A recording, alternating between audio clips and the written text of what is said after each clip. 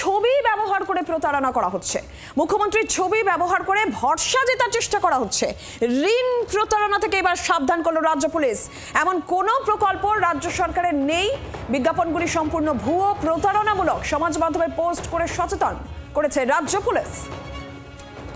রনয় তিওয়ারি রয়েছেন টেলিফোন লাইনে, এই বিষয়ে জানাবেন আরো। রনয়, কি জানা যাচ্ছে এই প্রতারণা চক্র নিয়ে রাজ্য পুলিশের কি বক্তব্য?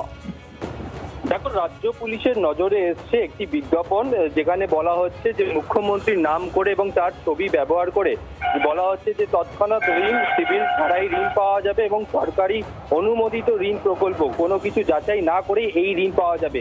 এই বিষয়টা যখন রাজ্য পুলিশের অধীনে আসে তখন তারা তদন্ত শুরু করেন এবং তদন্তে তারা জানতে পারেন যে একটা প্রতারণা চক্র যারা সক্রিয় হয়েছে, যারা মানুষকে বিভিন্ন ধরনের ভাবে মেসেজ পাঠাচ্ছে এবং তাকে বলা হচ্ছে বা প্রতারকরা যেভাবে করছে ফেসবুক, ইনস্টাগ্রাম, হোয়াটসঅ্যাপের মাধ্যমে তারা বিজ্ঞাপন দিচ্ছে এবং বলা হচ্ছে যে ভুয়ো অ্যাপ, ওয়েবসাইট বা হোয়াটসঅ্যাপ এই নম্বরে গিয়ে সেখানে গিয়ে তাদের নম্বর, ওটিপি দিতে তারপর দেখা যাচ্ছে কিছু টাকা দেওয়ার কথা বলা হচ্ছে প্রথমে, তারপর টাকা দেওয়ার পরে কিন্তু সেই অ্যাকাউন্ট বন্ধ হয়ে যাচ্ছে।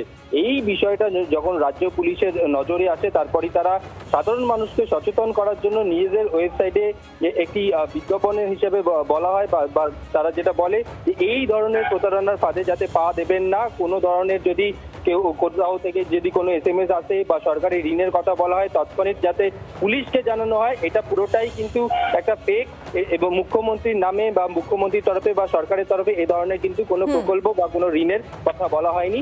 রাজ্য পুলিশের তরফে সাধারণ মানুষকে সতর্ক করা হয়েছে, সচেতন করার চেষ্টা করা হচ্ছে। ধন্যবাদ। বাংলার আওয়াজ, বাঙালির আবেগ, জি 24 ঘন্টা।